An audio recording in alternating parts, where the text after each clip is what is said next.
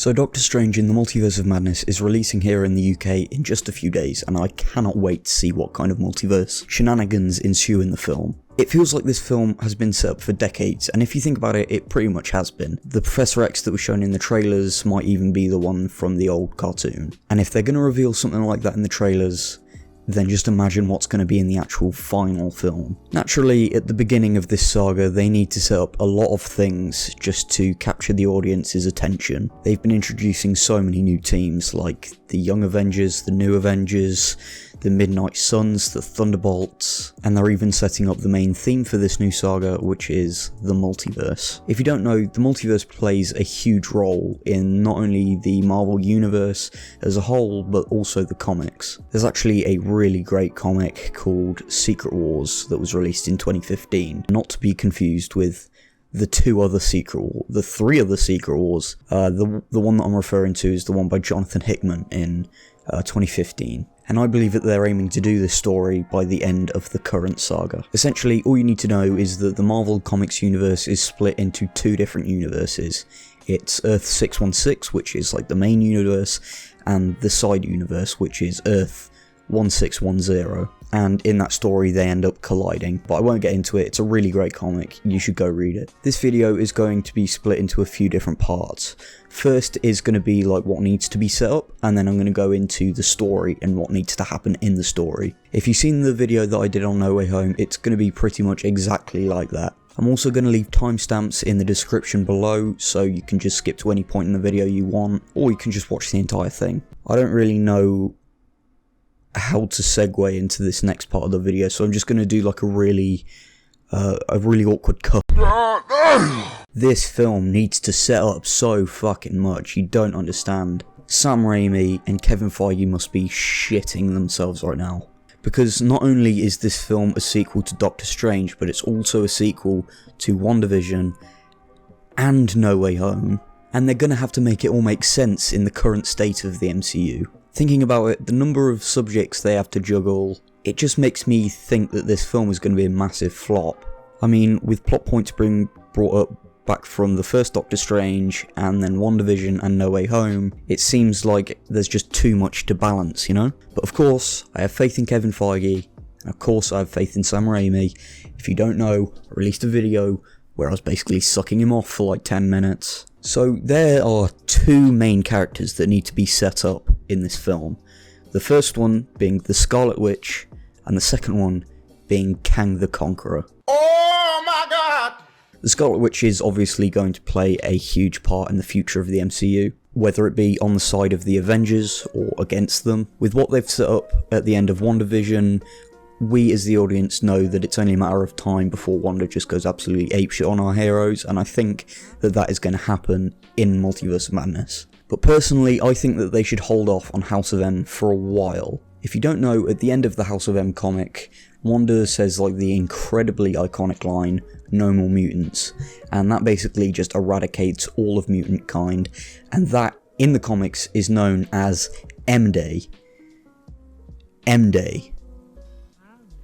That really rolls off the tongue, doesn't it? My idea on how they can integrate the story into the MCU is to just leave it for now. Because it's such a huge story, I feel like there's a theory where it's Wanda will have already done the House of M No More Mutants thing. And that, I feel that just takes away from the experience of reading that story for the first time. It's just so impactful. So instead, we wait until the saga is almost over. We don't really know a lot about mutants in the MCU, they haven't even been name dropped yet. We need to wait for that story for it to actually make an impact. It's like doing Infinity War as like the 5th film. Say you have Infinity War as like the first Avengers film. It doesn't have that much of an impact because you don't have that emotional attachment to those characters. But yeah, have the House of M story be built up like Infinity War. Have this be the first part of a 2-part story. I haven't read the Decimation comic, but apparently I don't know anything about it, so I'm not sure if they undo the whole No More Mutants thing. If you would like to let me know, please do. The comment section is right down below there. But yeah, let me know what happens in that story, because my comics are down there. I haven't read it yet. and after all that is over, I think that we need to get Secret Wars. I am planning a video where like I go through what needs to happen in the future of the MCU, and that kind of finishes off with Secret Wars. And yeah, it's just a video on like how to keep audiences engaged throughout the rest of the MCU. That video is going to be coming out within the next probably like 3 years. I'll say it one more time.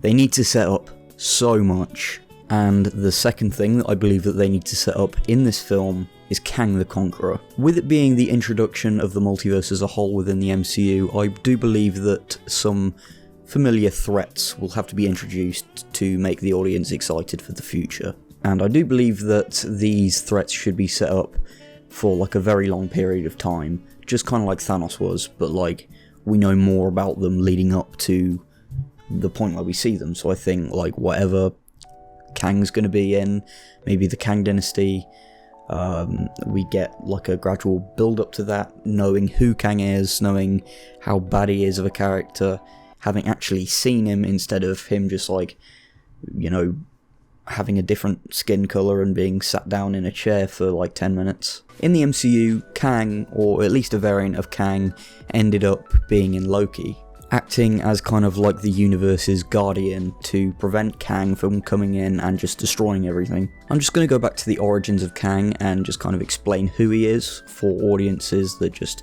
don't really know, because he's not really a character that's as big as Thanos. He's definitely as like scary a threat as Thanos, and definitely as interesting. So I just kind of want to get into his origin story. To put it simply, Kang is just a time-travelling Doctor Doom, but he is so much more than that. Kang, or Nathaniel Richards as he's known, lives in the 31st century, and he's a descendant of Reed Richards. Nathaniel is a bright individual, he's a scholar, and he's smart. Clearly, I'm not. And then one day he discovers time travel, to which he goes back to ancient Egypt and conquers that time period, calling himself Rama Tut. Later on, he's defeated by the Fantastic Four, and then coming back for the Avengers to kind of like take over that point in the timeline. As Kang attempts to return to the 31st century, he discovers a war-torn Earth that is just completely destroyed, nothing is recognisable. But Kang being Kang, he conquers this area of Earth and continues his spread throughout the multiverse, and that is actually when he kind of adopts the name Kang the Conqueror. But seeing as this version of Earth is just kind of shitty, he is always plotting to go back to like the main point that we always follow in the Marvel timeline, to take over that point where the Avengers was still at large. And yes, I did get that information from Wikipedia. Any of that could have been just fucking completely wrong, so don't even ask me. Now that you know a little bit more about Kang, I would really like to see them do a Kang Dynasty story and a Young Avengers story, which they have been building up to, and Kang is the main villain in that one.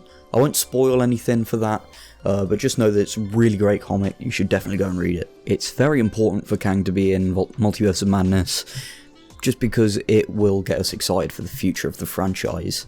He's going to be in Ant-Man and the Wasp, and I feel like if that version of Kang is going to be like the main version of Kang that we see all the way through, you know, not many people are probably going to go and watch Ant-Man and the Wasp Quantumania. You know, the second one.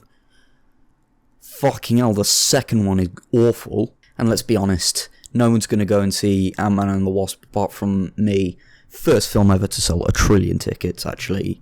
My second film ever, because Morbius. But let's be fair, if the trailer doesn't slap harder than my dad, then people probably aren't going to go and watch it. Well, he shouldn't have a huge role. If you remember the Tinker in Spider-Man Homecoming, you know exactly what I'm on about. Like, he was a very minor character, but he played a huge role in having the villain, like, just having the villain's plans come together. So that's what Kang needs to be. Don't have him as the main villain, just set him up as a real threat. Someone that uses others as his chess pieces, so that he can put the multiverse into madness and go in and just completely wipe out everything. Okay, so now it's time to get into the meat and the potatoes of the video. what the story needs to be in this film. So without further ado, let's just get into it. The film begins with a variant of Doctor Strange and America Chavez, and these two are running away from that ribbon monster that we've been seeing in the trailers. At that point, I think that the variant of Strange is killed by this ribbon monster, and then America Chavez goes into the main multiverse timeline where she meets up with Doctor Strange, and this is on Christine's wedding day. But she's also being chased by another monster, which is Gargantos. And I do think that Christine should die just to kind of make it a bit more impactful when we see a variant of her later on in the film. And after this fight with Gargantos, I think, or Gargantos, I don't know how to say it, I'm just going to say Gargantos, Chavez needs to say to Strange that something big is coming, something that not a single hero can stop. And of course, she's talking about Kang the Conqueror. Strange then goes to see Wanda in a cabin that we last saw her in WandaVision. And he needs to talk to her about the multiverse, if she knows anything, because he's curious. At the end of No Way Home, you know, all that shit, he still remembers what went on in that film. He doesn't remember Peter Parker. He knows that he helped Spider-Man, like, crack open the multiverse, though. Now, in this scene with Doctor Strange and Wanda, I do think that we really need to see, like, the main conflict of the film. That being that Wanda is using the power of the Darkhold to get into other universes so she can find a live version of Billy and Tommy. And due to the opening of this film, and also WandaVision and Spider-Man No Way Home, I think that this is when the Illuminati step in and come to arrest him, and they do this to stop him from digging too deep into the multiverse. I think it also might be interesting to have him fuck something up in the multiverse. Like, could you imagine, like, he's going throughout the multiverse, he does something completely reckless, and that universe dies, like, straight up. He just destroys a universe. That'd be so fucked up. Ignore the voice crack. No. But let's just say that that universe dying has something to do with Wanda trying to find her kids. Wanda then learns about the Illuminati and how it's basically like a hub world for all of the universes where they can, like, kind of come together. Think about, like, the Citadel of Ricks from Rick and Morty. That's pretty much what I'm envisioning the Illuminati to be in this film. Wanda then comes in, wipes the floor with them, and then tries to go into another universe to get Billy and Tommy. Wipes the fucking floor with them. Like, that's what I mean. And after that scene, we see Wanda as a full-on villain for the film. But again, I don't know how this film is going to end at the end of the day, so I'm just going to gloss over the ending, and I think that at the end, Wong needs to die, just for Steven to be, like, Sorcerer Supreme again, and have Wanda realise that she's done something wrong, and she feels extremely upset with herself, and just escapes into the multiverse. Now, the post-credit scene, what should they be? I think it would be interesting to have a scene where Strange is having a nightmare about Kang. I've even theorised that this shot from the trailers may even be from that post-credit scene, but I doubt, because Marvel has never really been known to do that kind of stuff. And the second one is setting up the MCU's X-Men. So that's it. That is what I want to happen in Doctor Strange in the Multiverse of Madness. Did you like my pitch for this film? It's kind of similar to the one I did for No Way Home, but a little bit different because I kind of expanded on what they need to have for the future. But that's kind of just a tease for, again, the future video that I'm going to do where they need to set up everything and what I think they should do. If you're looking forward to Doctor Strange in the Multiverse of Madness, let me know in the comments below. And, you know, if you want to leave a cheeky little like and subscribe, that would be, dare I say, fantastic. Videos that aren't really in any way related to Spider-Man get no views, so hopefully this does well. In fact, my next video is actually going to be a Spider-Man video. It's going to be like my Spider-Man 4 pitch, which I've been kind of looking forward to making for a long time. So stay tuned for that video. That's going to come out within the coming days, weeks, years, months, whatever. Or just, you know, however long it takes to shit that video out. Anyway, I'm rambling, so I've been Cosmic Films. Take care.